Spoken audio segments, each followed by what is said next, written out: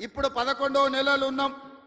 10 నెలల్లో 4 నెలలు పార్లమెంట్ ఎన్నికలకే పోయినాయి. మీకు తెలుసు, మనం సరిగ్గా పరిపాలన చేసింది వచ్చిన కొత్తలో కొత్త సంసారమే 2-3 నెలలు. ఆ తర్వాత 4 నెలలు పార్లమెంట్ ఎన్నికల్లోనే పోయినాయి. 7 నెలలు తీస్తే సరిగ్గా కుదురుగా కుర్చీలో కూర్చొని సచివాలయానికి పోయి అధికారులతో మాట్లాడి పరిపాలనపరమైన నిర్ణయాలు తీసుకున్నది 4 నెలలే అని చెప్పి ఈరోజు తెలంగాణ సమాజానికి 4 కోట్ల ప్రజలకు నేను చెప్పదలుచుకున్నా. అయినా 10 సంవత్సరాలు చంద్రశేఖరరావు చేయలేని పనులన్నిటిని కూడా పడావు పెట్టిన ప్రాజెక్టులన్నిటిని కూడా తిరిగి పునః ప్రారంభించి ఈరోజు ప్రభుత్వం ముందుకెళ్తుంటే ఆయనను ఫామ్ హౌస్లో వండుకుంటాడు, వీళ్ళిద్దరేమో మన కాళ్ళలో కట్టబెట్టనికి తిరుగుతున్నారు. ఏలేశ్వరం పోయినా శనీశ్వరుడు వదలేదన్నట్టు ఇవాళ ఓడగొట్టి ఇంట్లో వండబెట్టిన అసెంబ్లీ ఎన్నికల్లో అధికారం పోయింది. పార్లమెంటులో సీట్లన్నీ పోయి గుండు 0 వచ్చింది. ఇప్పుడు వాళ్ళకు మెదడే పోయినట్టు అనిపిస్తుంది. అసెంబ్లీ ఎన్నికలలో అధికారం పోయింది, పార్లమెంటులో ఉన్న సీట్లన్నీ పోయినాయి. ఇప్పుడు వాళ్ళ ఏషాలు చూస్తుంటే ఉన్న మెదడు కూడా దొబ్బినట్టే నాకు అనిపిస్తుంది. ఏం మాట్లాడుతున్నారో నాకైతే అర్థమవుతలేదు. 10 సంవత్సరాలు మీరు ఇవన్నీ చేసి ఉంటే ఇవాళ రైతులకు 18,000 కోట్ల రూపాయలు 25 రోజుల్లో 23 లక్షల కుటుంబాలకు రైతు రుణమాఫీ చేయాల్సిన అవసరం నాకు వస్తుండేనా?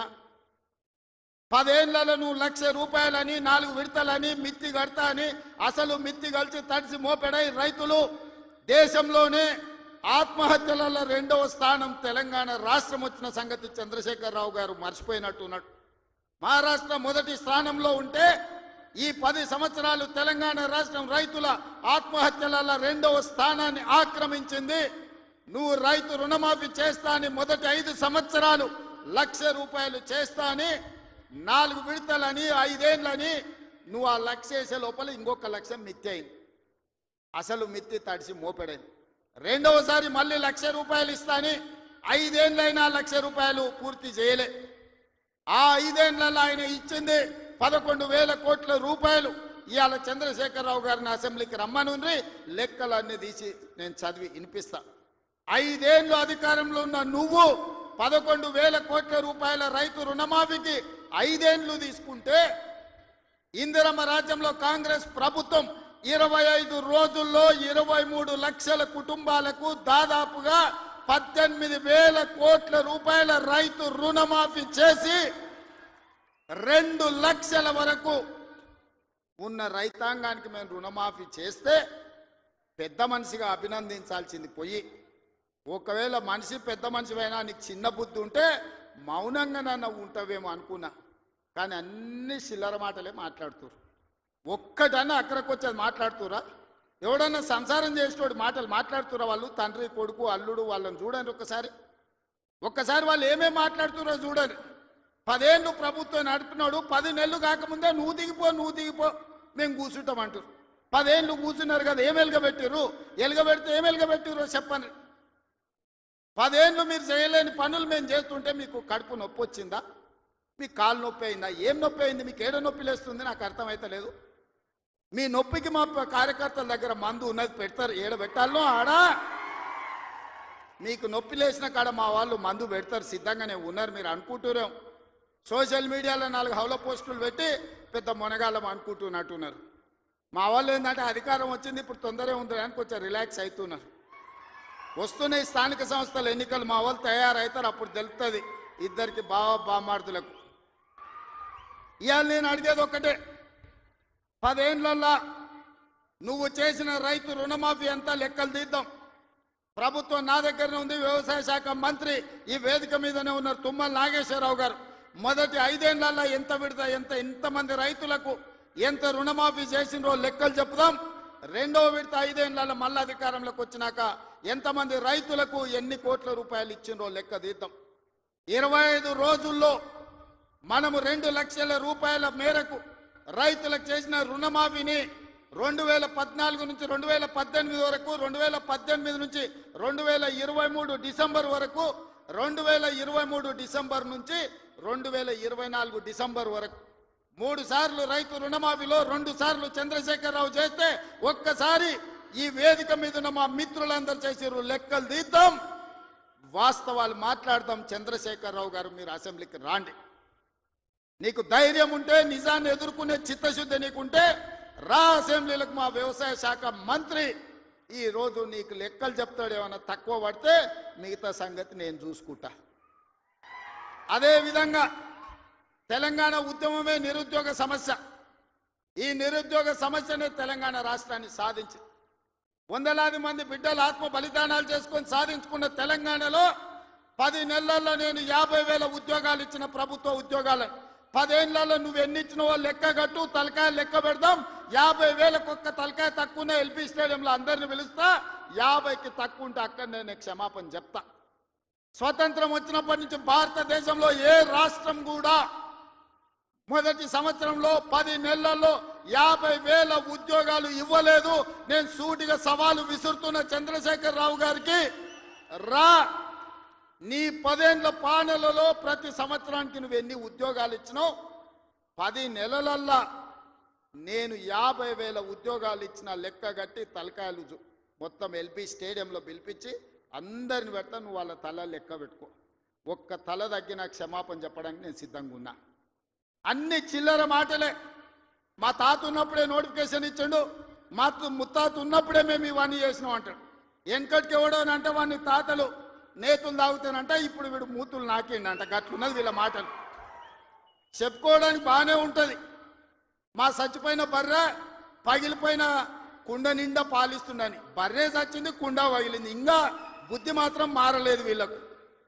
అందుకే ఇవాళ రైతు రుణమాఫీ విషయంలో కానీ, నిరుద్యోగ సమస్య విషయంలో కానీ, ఆర్టీసీలో ఆడబిడ్డలకు ఉచిత ప్రయాణం ఏదైతే ఇచ్చినామో 1,10,00,000 మంది ఆడబిడ్డలు ఈరోజు అమ్మగారి ఇంటికోవాలన్నా, రాముల వారిని దర్శించుకోవాలన్నా ఒక్క రూపాయి ఒక్క పైసలు లేకున్నా పోవచ్చు.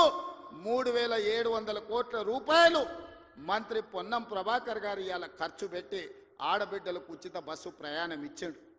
ఇదే కాదు, ఆనాడు మోడీ ప్రభుత్వం 1,200 రూపాయల సిలిండర్ చేస్తే ఈరోజు ఆడబిడ్డలకు 500 రూపాయలకే సిలిండర్ ఇస్తున్నాం. ఆ శాఖ ఉత్తమ్ కుమార్ రెడ్డి గారు చూస్తున్నారు.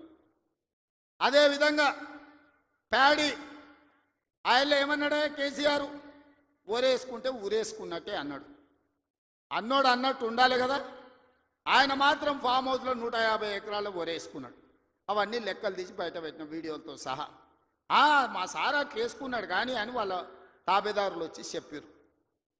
ఆ తర్వాత మన ప్రభుత్వం వచ్చినాక ఉత్తమ్ కుమార్ రెడ్డి గారితో వ్యవసాయ శాఖ మంత్రితో మాట్లాడి వరి పండించాల్సిందే, వరి కొనాల్సిందే, సన్న ఓట్లు వండిస్తే 500 బోనస్ ఇస్తామంటే ఇవాళ 66 లక్షల ఎకరాలల్లా 1,53,00,000 మెట్రిక్ టన్నుల వరి ధాన్యాన్ని ఇవాళ తెలంగాణ గడ్డ పండించింది. స్వతంత్రం వచ్చినప్పటి నుంచి ఉమ్మడి ఆంధ్రప్రదేశ్లో కూడా ఇంత వరి పంట రాలేదు. ఇవాళ మన 10 నెలల ప్రభుత్వంలో 1,53,00,000 మెట్రిక్ టన్నుల వడ్లు పండించిందంటే అది మన రైతన్నల గొప్పతనం కాదా? గతంలో వడ్లు అంటే కాళేశ్వరం నీళ్లు తెచ్చిన అన్నాడు. ఆ దిక్కుమాలినోడు కట్టిన కాళేశ్వరం మేడిగడ్డ, అన్నారము, సుందిల్ల 3 కుప్పగూలినాయి. వెనకటికి కూడా పనిమంతుడు పందిరేస్తున్నట కుక్కతో తలిగి కూలిపోయిందంట. కాళేశ్వరం కట్టిండెప్పుడు, కూలిందెప్పుడు 1,00,000 కోట్లు నిండా మింగిండు, ఫామ్ హౌస్లో బోర్లో వండిండు. కాళేశ్వరం నుంచి సుక్క నీళ్లు లిఫ్ట్ చేయకుండా ఆనాడు కాంగ్రెస్ పార్టీ కట్టిన శ్రీరామ్ సాగర్ కావచ్చు, లేకపోతే శ్రీపాద ఎల్లంపల్లి కావచ్చు, కల్వకుర్తి, భీమా, నెట్టంపాడు, కోయిల్ సాగర్, శ్రీశైలం, నాగార్జున సాగర్, హంద్రి, నీవా అక్కడ కడితే ఇక్కడ ఈ ప్రాంతంలో తెలంగాణ ప్రాజెక్టులు కడితే ఈరోజు ఖమ్మంలో కట్టిన ప్రాజెక్టులు, వరంగల్లో కట్టిన ప్రాజెక్టులు, నిజామాబాద్, కరీంనగర్లో కట్టిన కాంగ్రెస్ కట్టిన ప్రాజెక్టులతో ఈరోజు 1,53,00,000 మెట్రిక్ టన్నుల వడ్లు ఈరోజు తెలంగాణలో వండినాయి. 1,00,000 కోట్లు కాళేశ్వరంలో కాంట్రాక్టర్లకు కాలబెట్టిండు. పాలమూరు రంగారెడ్డికి 20,000 కోట్లు కాలబెట్టిండు. ఇంతవరకు సుక్క నీరు రాలేదు. కాళేశ్వరంలో 52,000 ఎకరాలకు ఇచ్చాడు. 1,00,000 కోట్లు కాంట్రాక్టులకు బిల్లు ఇస్తే 52,000 ఎకరాలకు నీళ్ళు వచ్చినాయి. ఈసారి అవి కూలిపోయి అది కూడా రాలే. ఇప్పటి వరకు చంద్రశేఖరరావు గారు ఈ 10 ఏళ్లలో 1,83,000 కోట్ల రూపాయల ప్రజాధనాన్ని ఇరిగేషన్ ప్రాజెక్టుల మీద పెట్టిండు. నేను సూటిగా అడుగుతున్నా, ఏ ప్రాజెక్ట్ అయినా నువ్వు పూర్తి చేసినవా? ఏ ఒక్క ప్రాజెక్ట్ అయినా తెలంగాణ ప్రజలకు అంకితం చేసినవా? ఇది పూర్తయింది, ఇది ప్రజలకు అంకితమైంది, దీంట్లో నీళ్లు వస్తున్నాయని చెప్తావా అని నేను అడుగుతున్నా. ఇవాళ మల్లన్న సాగర్ అంటాడు, రంగనాయక సాగర్ అంటాడు, కొండపోచమ్మ అంటాడు. రంగనాయక సాగర్ కడితే రంగనాయక సాగర్ దగ్గర హరీష్ రావు ఫామ్ హౌస్ కట్టుకున్నాడు. 3 దిక్కుల ప్రాజెక్ట్ ఉంటుంది, మధ్యలో ఆయనకు ఫామ్ హౌస్ ఉంటుంది. ఆయనకు 360 డిగ్రీలు వాటర్ ఫ్రంట్ వ్యూ ఉండాలంట. భూసేకరణ కోసం తీసుకున్న భూమిని హరీష్ రావు పేరు మీదకి బదిలీ చేపించుకున్నాడు. ప్రాజెక్టు కోసం సేకరించిన భూములు రంగనాయక సాగర్ సిద్దిపేట దగ్గర ప్రాజెక్టు కోసం సేకరించిన భూములు ప్రాజెక్టుల నుంచి తొలగించి హరీష్ రావు ఫామ్ హౌస్ కట్టుకున్నాడు. దానికి లెక్క చెప్పాల్సింది హరీష్ రావు గారు. ఏం చింత చేయకు, లెక్కలు తీస్తున్నా, నీ లెక్క చెప్తా. కొండపోచమ్మ ప్రాజెక్టు కట్టిందే కేసీఆర్ ఫామ్ హౌస్ కు కాలువలు తీసుకెళ్లడానికి. ఇవాళ నిజ నిర్ధారణ కమిటీ వేసుకుందాం, కొండపోచమ్మ ప్రాజెక్టుకు పోదాం.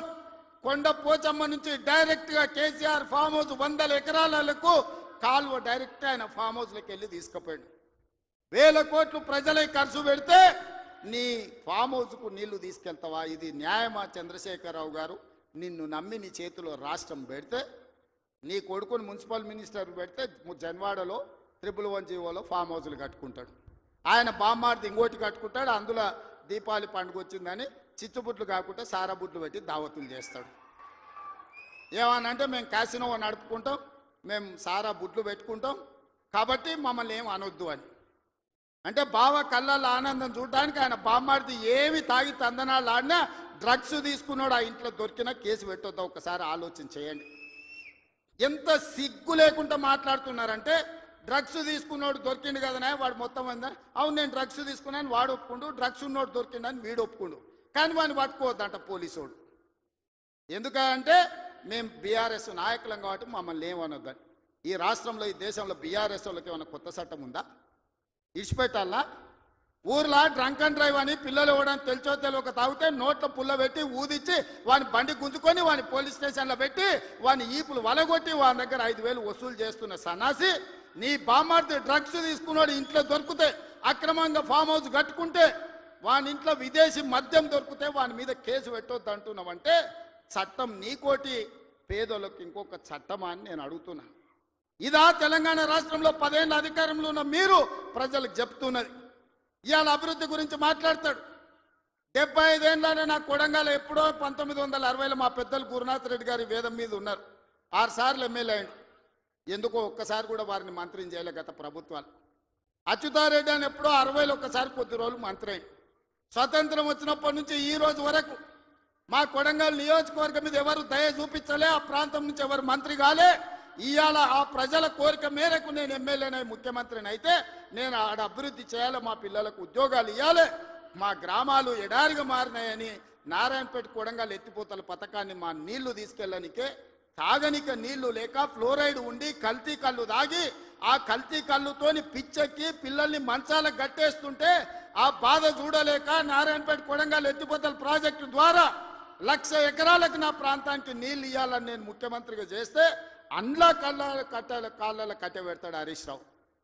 ఇదే కాదు, ఇవాళ నేను 1,000-1,200 ఎకరాలు ఆడ భూసేకరణ చేసి తొండలు గుడ్లు పెట్టని భూములను ఇవాళ ఏదైనా ఏజో పారిశ్రామిక వాడ తీసుకొచ్చి పరిశ్రమలు తెస్తే మా పిల్లలకు ఉద్యోగాలు వస్తాయి, నా ప్రాంతం అభివృద్ధి జరుగుతుంది. నేను ముఖ్యమంత్రి అయినా కాబట్టి వాళ్ళకి కృతజ్ఞత తెలుపుకోవాలని నేను ప్రయత్నం చేస్తే కొంతమంది రౌడీ మూకల్ని తయారు చేసి పైసలు ఇచ్చి కలెక్టర్ని, ఆర్డీఓని, అధికారులందరినీ ఇష్టం వచ్చినట్టు కొట్టిరు. కొట్టి ఇప్పుడు మా మీద కేసు ఎట్లా పెడతారు అంటారు. ఉత్తోని పక్కింటోని చెంప మీద కొడితేనే ఇవాళ రేపు మన పిల్లల్ని నెత్తి మీద కొడితేనే వాడు 100కు డయల్ చేస్తుండు, మా నాయన కొడుతుండు, మా నాయనమ్మ కొడుతుందని. స్కూల్కి పోయే పిల్లగాడు కూడా ఇలా తెలివి వచ్చింది, నెత్తి మీద ఇట్లా అంటే వాడు 100కి డయల్ చేస్తుండు. అధికారులను కిందేసి కొట్టి చంపేదానికి ప్రయత్నం చేస్తే కేసులు కడితే మా టీఆర్ఎస్ వాళ్ళ మీద కేసులు ఎట్లా కడతారు? బరాబర్ మా టీఆర్ఎస్ వాళ్ళు ఇట్లనే దాడులు చేస్తారంటారు. నేను అడుగుతున్న చంద్రశేఖరరావు గారిని, నీ కొడుకు నీ అల్లుడు మాట్లాడే భాషను మీరు సమర్థిస్తున్నారా? భూసేకరణ చెయ్యొద్దా? తెలంగాణ రాష్ట్రంలో పరిశ్రమలు పెట్టొద్దా? మా IT and industry Sridhar Babu గారు రోజుకి 20 గంటలు పనిచేస్తూ ఈ రాష్ట్రానికి వేల కోట్ల రూపాయల పెట్టుబడులు తెచ్చి విదేశీ పరిశ్రమలను రప్పించి నిరుద్యోగ యువకులకు ఇంజనీర్లకు ఈ రోజు ఉపాధి కల్పించాలని చేస్తున్న ప్రయత్నం తెలంగాణ రాష్ట్రంలో చెయ్యొద్దా? మీరు చెప్పండి. 10 ఏళ్ళు ప్రభుత్వం నడిపిన మీరు భూసేకరణ చేయలేదా? మల్లన్న సాగర్ల ప్రజల్ని ముంచలేదా? 14 గ్రామాలను మల్లన్న సాగర్ల ముంచలేదా? కొండ పోచమ్మల ముంచలేదా? రంగనాయక సాగర్ల ముంచలేదా? ఫార్మా సిటీ అని ఎయిర్పోర్ట్ కూతబెట్టి దూరంలో 14,000 ఎకరాల భూములు సేకరించలేదా? ఇవాళ ఒక కొడంగల్లో నేను భూసేకరణ 1000 ఎకరాలు చేస్తే మీ కడుపు మంట ఏంది, మీ దుఃఖం ఏంది, మీ బాధ ఏందని నేను అడుగుతున్నా. ఇదా న్యాయం? ఇదా ప్రభుత్వాన్ని నడిపినోడు మాట్లాడేది? ఈ విధానం ఉంటే రాష్ట్రం అభివృద్ధి చెందుతుందా? నేను అడుగుతున్న ఈ వేదిక మీద నుంచి తెలంగాణ రాష్ట్ర రైతాంగాన్ని, ఎవరో ఒకరు భూమి కోల్పోవాల్సిందే. అభివృద్ధి జరగాలంటే భూసేకరణ జరగాల్సిందే. భూసేకరణ జరిగితే ఎవరో ఒకరు భూమి కోల్పోవాల్సిందే. ఎవరు ఇష్టంగా భూమి ఇవ్వరు. కానీ బాధలో ఉన్న రైతుకు నష్టపరిహారం అత్యధికంగా ఇవ్వడం ద్వారా ఆ రైతును మనము ఆదుకోవాలి. ఇవాళ ఎక్కడైతే భూసేకరణ జరుగుతుందో భూసేకరణ చట్ట ప్రకారం వాళ్ళకి ఎక్కువ ఇవ్వలేకపోతున్నాం. నేను చీఫ్ సెక్రటరీ కలెక్టర్లకు ఆదేశాలు ఇచ్చిన, ఆ ప్రాంతాలలో భూముల విలువ 3 అంతలు పెంచండి. అప్పుడు వాళ్ళ భూమికి ఊర్లో 10 లక్షలు ఇస్తే మనం 30 లక్షల నష్టపరిహారం ఇస్తే ఆ రైతు సంతోషంగా ముందుకొచ్చి భూమి ఇస్తాడు. శాశ్వత అభివృద్ధి కోసం రాష్ట్ర పునర్నిర్మాణంలో త్యాగం చేస్తున్న భూ యజమానులను, వాళ్ళు దళితులు, గిరిజనులు, బలైన వర్గాల వాళ్ళు ఉంటారు. చిన్న చిన్న భూములు ఉంటాయి, కుటుంబంలో 5-6 మంది ఉంటారు. వాడు అసూటనో ఇసూటనో పోయి భూమి కొనుక్కోవాలంటే నష్టపరిహారం అత్యధికంగా ఇవ్వాలని చట్టాన్ని సవరించమని వాళ్ళు నేను ఆదేశాలు ఇచ్చిన. నేను అడుగుతున్న మిత్రులారా, నల్లమల అడవుల్లో నుంచి ఒక గ్రామీణ ప్రాంతంలో వ్యవసాయ కుటుంబం, ఒక రైతు బిడ్డగా జిల్లా పరిషత్ మెంబర్ నుంచి ముఖ్యమంత్రికి వచ్చిన, నాకు తెలియవా కష్టాలు? భూమితో ఉన్న సెంటిమెంట్ నాకు తెలియదా? భూమే మన ఆత్మగౌరవం అన్న సంగతి నాకు తెలియదా? గ్రామంలో మన గుర్తింపు, మన గౌరవం, మన ఆత్మగౌరవం, ఊరిలో మనకున్న భూమి, మనం చేసే వ్యవసాయము. ఎన్నెట్లో నాగలి కడతాడు అని అంటే వెనకటికి పిల్లనిచ్చేటోళ్ళు, 20 జతలు ఎట్లు నాగలి కడతాడు అని అంటే వాళ్ళు పిల్లనిచ్చేటోళ్ళు. భూమి లేనోనికి పిల్లనియాలంటే 10 సార్లు ఆలోచన చేసేటోళ్ళు. అట్లాంటి భూమి తల్లిదండ్రులతో సమానం అనుకునే ఈ సమాజంలో భూమి కోల్పోతున్న వాళ్ళను హక్కున చేర్చుకొని అత్యధికంగా నష్టపరిహారం ఇవ్వాలని నూతన విధానాన్ని ఇవాళ నా ప్రభుత్వం తీసుకొచ్చింది. నా మంత్రివర్గ సహచరులు మీరు ధైర్యంగా ముందుకు వెళ్ళండి అని చెప్తున్నారు. నష్టపరిహారం అత్యధికంగా మేము ఇచ్చి భూమి తెచ్చి పరిశ్రమలు నెలకొల్పాలంటే ఇవాళ వాళ్ళు అడ్డం పడుతున్నారు. తెలంగాణ సమాజమా, మీరు ఆలోచన చెయ్యండి. ఇది మన తెలంగాణకు మేలు చేస్తుందా? ప్రతి సంవత్సరం 1,10,000 ఇంజనీరింగ్ స్టూడెంట్లు ఇంజనీరింగ్ పూర్తి చేసుకొని బయటకు వస్తారు. వాళ్ళ ఉద్యోగ ఉపాధి అవకాశాలు ఎట్లి వాళ్ళో మీరు ఆలోచన చేయండి. వాళ్ళ నిరుద్యోగులుగా రోడ్ల మీద వదిలేద్దామా? ఆవారగాళ్ళు అయిపోయి తల్లిదండ్రులకు భారమై గంజాయి డ్రగ్స్కు బానిసలను చేద్దామా? ఈ తెలంగాణ సమాజ యువతను మీరు ఒక్కసారి ఆలోచన చెయ్యండి. ఆ భూమి నేను తీసుకుపోను, శ్రీధర్ బాబు గారు తీసుకుపోరు, ఉత్తమ్ కుమార్ రెడ్డి గారు అసలే తీసుకుపోరు. భూమి ఏమన్నా సాపలాక చుట్టి సంకలు పెట్టి తీసుకుపోయేదానే? మేమేం చేసుకుంటామే? తిరిగి పరిశ్రమలు పెట్టి పరిశ్రమలలో ఉద్యోగాలు ఇవ్వాలన్నదే కదా మా ఆలోచన. ఆ ఆలోచనకి ఎందుకు అడ్డం పడుతుండ్రు? 10 ఏళ్ళు మేము సరైన నష్టపరిహారం ఇవ్వండి, భూసేకరణ చేయండి అని మేము సహకరించిన ప్రతిపక్షంలో ఉండి నీకు ఆ కనీస పరిజ్ఞానం కానీ జ్ఞానం కానీ ఎందుకు లేదు చంద్రశేఖరరావు గారు అని నేను అడుగుతున్నా. ఉద్యమకారునంటో 80,000 పుస్తకాలు చదివినోన్నంటో అపర మేధావినంటో ప్రపంచంలో నీ అంత మేధావి లేడు, పోటీ పెడితే 1 నుంచి 100 వరకు నీకే ర్యాంక్ వస్తుందంటో ఇంత చిన్న లాజిక్ మిస్ అయినవా చంద్రశేఖరరావు? భూమి సేకరించకుండా పరిశ్రమలు నెలకొల్పలేమని నా నియోజకవర్గం మీద ఎందుకు కక్ష కట్టినవని నేను అడుగుతున్నా. నేనేమో 1,00,000 ఎకరాలు సేకరించలే, 4 గ్రామాలలో కలిసి 1,100 ఎకరాలు నేను భూమి తీసుకుందామన్నది. ఇదో ప్రపంచ సమస్య అయింది. ఇంకా నేను ఢిల్లీ అయిపోయింది, ఇప్పుడు చంద్రమండలం పోతాడంట ఆయన. చంద్రమండలం పోయి ఆడ కూడా ఫిర్యాదు చేస్తాడంట. నువ్వు ఆడ తిరిగొచ్చినా కుట్ర చేసినందుకు మాత్రం ఊసలు లెక్క పెడతావు కేటీఆర్, నువ్వు అది గుర్తు పెట్టుకో. చూస్తున్నా ఎంత గుర్తావో ఎగరని అని. ఉయ్యాల ఎంత ఊగినా అక్కడనే వచ్చి ఆగాలి, తెలుసు కదా. ఉర్రిగా అటు ఊగొచ్చు, ఉర్రిగా ఇటు ఊగొచ్చు. ఉయ్యాల ఆగాల్సి వచ్చినాడు మధ్యలోనే ఆగుతుంది. యాడ్ కురుకుతాడు, ఎంత దూరం ఉరుకుతాడు? ఉరకని అని చూస్తున్నా. ఉరుకులాట ఏందో చూద్దాం కేటీఆర్ దాని. అందుకే మిత్రులారా, ఈ తెలంగాణ రాష్ట్రాన్ని అభివృద్ధి చేసుకుందాం. రాజన్న సిరిసిల్ల అభివృద్ధి కోసం నిధులు ఇచ్చినాం. ఇవాళ మీ ప్రాంత అభివృద్ధి మా బాధ్యత. 10 సంవత్సరాలలో ఈ తెలంగాణను ఒక గొప్ప అద్భుతమైన అభివృద్ధి చెందిన రాష్ట్రంగా తీర్చిదిద్దుకుందాం. తెలంగాణ రైజింగ్. ఈ దేశంలోని ఏ రాష్ట్రమైనా తెలంగాణను చూసి కాపీ కొట్టాల్సిందే, తెలంగాణ రాష్ట్రాన్ని చూడడానికి రావాల్సిందే. ఆ విధంగా మనం అభివృద్ధి చేసుకుంటూ ముందుకు వెళ్దాం. ఇంత మంచి కార్యక్రమాన్ని ఏర్పాటు చేసినందుకు అధికారులతో పాటు నిర్వాహకులకు అందరికీ మనస్ఫూర్తిగా ధన్యవాదాలు తెలియజేస్తున్నా. చాలా విషయాలు ఉన్నాయి మీతో పంచుకోవాల్సినవి, వస్తానే ఉంటా, మిగతా విషయాలు మాట్లాడుతూనే ఉంటా. చివరిగా చంద్రశేఖరరావు గారికి మాత్రం ఒక మాట చెప్తున్నా. అసెంబ్లీకి రా స్వామి, రా, వచ్చి కూర్చుందాం, రా, నీ 80,000 పుస్తకాలు ఏం చదివినావు మాట్లాడదాం. ఒక్కసారి రావే స్వామి, వస్తే రోజంతా చర్చ చేద్దాం, చేస్తే ఏందో తెలుస్తుంది లెక్క. మళ్ళొక్కసారి అదేవిధంగా చేనేత కార్మికుల కోసం పని కల్పించాలని మన స్వయం సహాయక సంఘాల ఎస్హెచ్ గ్రూపులకు 65,000 మంది ఉన్నారు, 65 లక్షల మంది ఉన్నారు. 1,30,00,000 చీరలు స్వయం సహాయక సంఘాలకు సంవత్సరానికి 2 చీరలు ఈరోజు మంచి క్వాలిటీతో ఇచ్చి ఆడబిడ్డల ఆత్మ గౌరవంతో ఉండే విధంగా నిర్ణయం తీసుకున్నాం. ప్రతి ఆడబిడ్డలకు 2 చీరలు ఇస్తాం. ఇక్కడుండే మా వాళ్లకు ఓన్లీ పవర్ లూమ్ నుంచి కాకుండా మన పాలిస్టర్ అండ్ కాటన్ మిక్స్డ్లో చీరలు తయారు చేయండి, మంచి చీరలు వాళ్ళకి ఇద్దాం.